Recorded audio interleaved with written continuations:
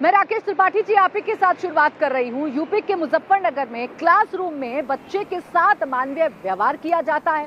School में उसी के क्लास के बाकी बच्चों से उसे पिटवाया जाता है, धर्म का नाम लिया जाता है। क्या इस तरीके से सबका साथ सबका विकास संभव है? क्या ऐसे बच्चे शिक्षा पा पाएंगे? देखिए प्राची, जब हम मुजफ्फरनगर के संदर्भ में बात कर रहे हैं तो हमें उसकी सामाजिक भौगोलिक परिस्थिति को ध्यान में रखते हुए और इस पूरे मामले की संवेदनशीलता को समझना होगा।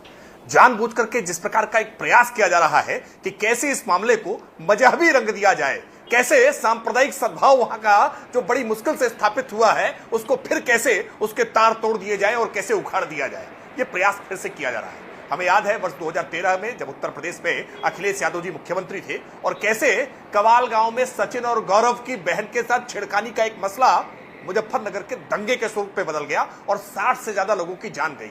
महीनों तक दंगा चला था, आसपास के कई जिले प्रभावित हुए थे। फिर उसी प्रकार की पृष्ठभूमि रचने का एक षड्यंत्र रचा जा रहा है और मैं इस बात को जिम्मेदारी पूर्वक कह रहा हूं कि यह पूरा मामला जिसमें कहीं किसी प्रकार का कोई मजहबी एंगल नहीं है, जिसको पीड़ित छात्र कहा जा रहा है, पीड़ित छात्र के माता पिता के द्वारा स्पष्ट तौर पर कहा गया कि इसमें किसी प्रकार का कोई मजहबी एंगल नहीं है।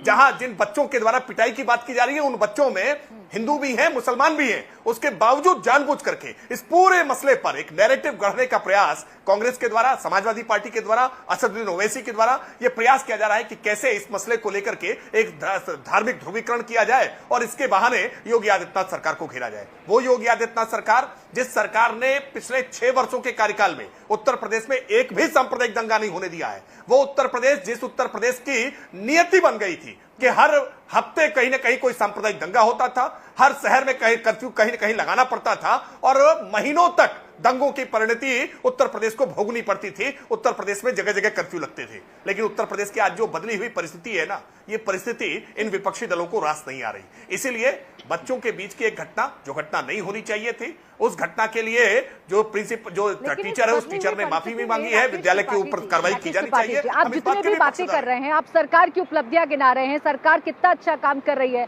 आप ये बता रहे हैं, लेकिन इन तमाम उपलब्धियों के बीच में क्या ये वीडियो आपको सूट करता है? इस वीडियो में एक बच्चे के साथ क्या हो रहा है, एक बच्चे को कैसे उसके ही क्लासमेट्स के सामने आप शर्मिंदा कर रहे हैं, उसकी पिटाई लगवा रहे हैं और एक धर्म विशेष का भी जिक्र कर रहे हैं। क्या ऐसी सिचुएशन में पढ़ाई हो सकती है? क्या ऐसा माहौल होना क्या अपने आप सवाल खड़े नहीं करता है?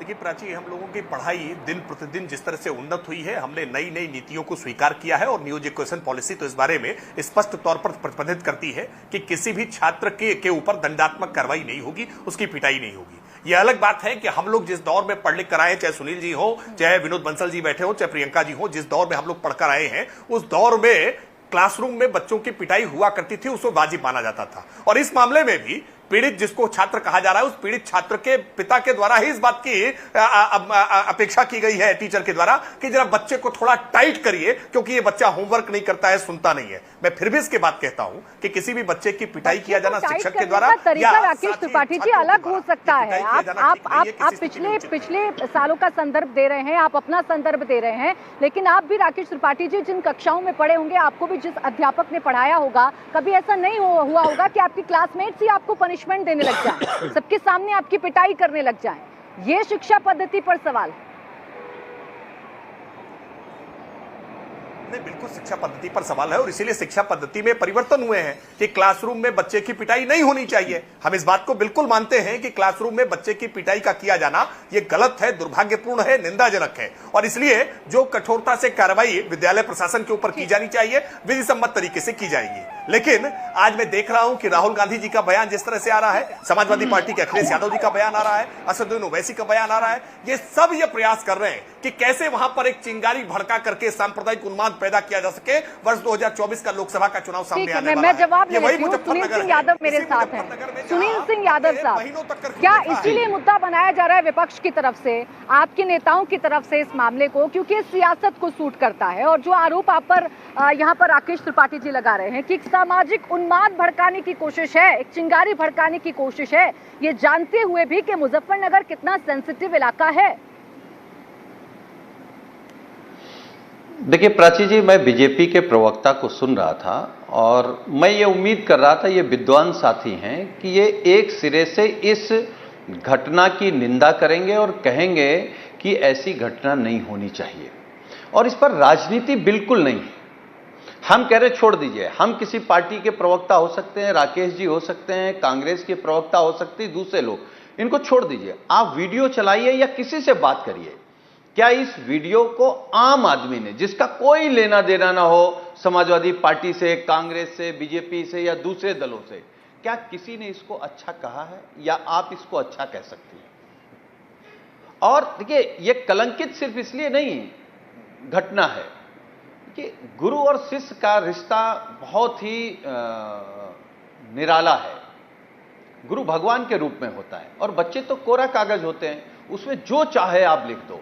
और ये टीचर की जिम्मेदारी होती है, अध्यापक की जिम्मेदारी होती है कि उस कोरे कागज में उसको अच्छे रास्ते पर ले जाए, उसको राष्ट्रवाद की तरफ ले जाए और बताए कि आप देश की सेवा किस तरीके से कर सकते हैं।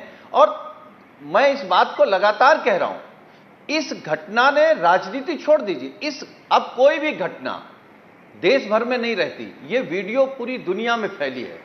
तो जो देश की एकता और अखंडता है, जो देश की खूबसूरती है, जो भारत माता की खूबसूरती है, वो कलंकित नहीं हो रही है क्या? और ये एजेंडा जो आरएसएस और भारतीय जनता पार्टी लगातार चला रही है, इस एजेंडे का ये फल है कि ये नफरत कहां तक गई है, टीचर और बच्चों के साथ गई है। अरे आरएसएस और क्या करती भाई, हमसे बाकी कुछ मत कहलवाइए, लेकिन ये जो नफरत का एजेंडा, मैं इस कार्यक्रम में कह सकता हूं, नफरत सुनील सिंह यादव जी, देखिए अभी तक आप इस वीडियो को लेकर सवाल खड़े कर रहे थे, आप मुझसे पूछ रहे थे कि ये वीडियो आपको कैसी लगती है, इस वीडियो पर आप सवाल खड़े करते हैं कि नहीं करते हैं।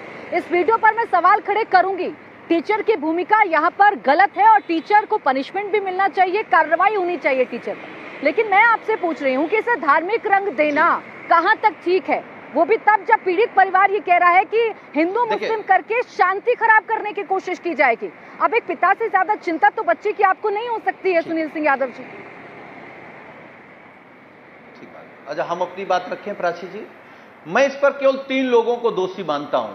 समाज में जो नफरत का माहौल है, आरएसएस, भारतीय जनता पार्टी और कुछ मीडिया के घराने जो सुबह शाम केवल नफरत परोस रहे हैं, हिंदू मुसलमान, पिछड़ा, दलित, ये वो। देखिए, नफरत जब फैलेगी ना राकेश के घर को छोड़ेगी, ना बंसल के घर को छोड़ेगी, ना हमारे घर को, ना आपके घर को। सुन लिया करो, ये विद्वान साथी हो, अरे सुन लिया करो, इतना पेशेंस रखा करो। हम जानते हैं कि आपके खून की एक एक कतरे में नफरत भरी है, लेकिन फिर भी पेशेंस रखो। आप केवल 3 लोग हैं जिन्होंने इस देश में नफरत का माहौल बनाया है, और तीनों का हश्र बहुत बुरा होने जा रहा है, तीनों का हश्र बहुत बुरा होने जा रहा है। इंडिया टीवी हर वक्त हर जगह डाउनलोड करने के लिए सर्च करें India TV news Google play store या ऐप स्टोर पर।